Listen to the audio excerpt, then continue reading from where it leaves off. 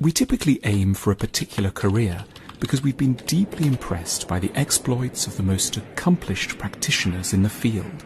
We formulate our ambitions by admiring the beautiful structures of the architect tasked with designing the city's new airport, or by following the intrepid trades of the wealthiest Wall Street fund manager, by reading the analyses of the acclaimed literary novelist, or sampling the piquant meals in the restaurant of the prize-winning chef. We form our career plans on the basis of perfection.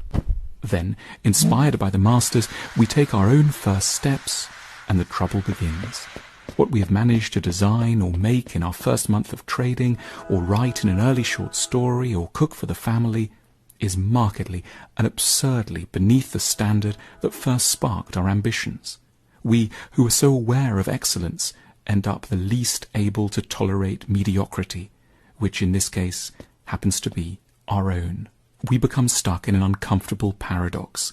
Our ambitions have been ignited by greatness, but everything we know of ourselves points to congenital ineptitude.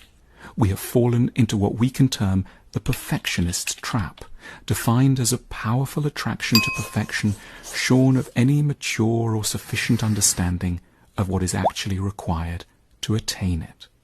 It isn't primarily our fault.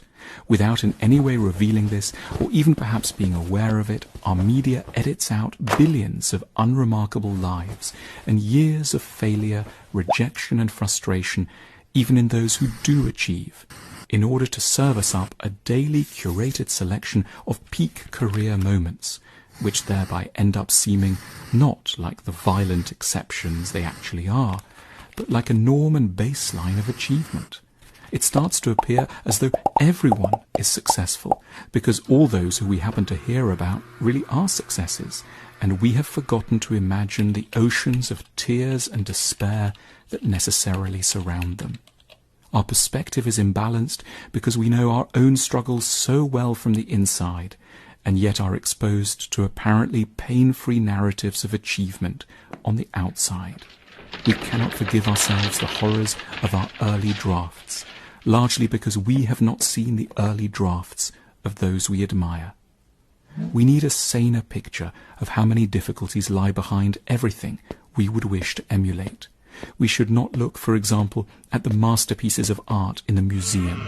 We should go to the studio and there see the anguish, wrecked early versions and watermarks on the paper where the artists broke down and wept.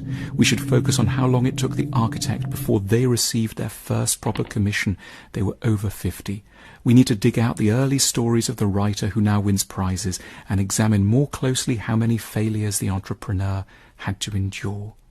We need to recognize the legitimate and necessary role of failure, allow ourselves to do things quite imperfectly for a very long time, as a price we cannot avoid paying for an opportunity one day, perhaps in many decades, to do something that others will consider a spontaneous success.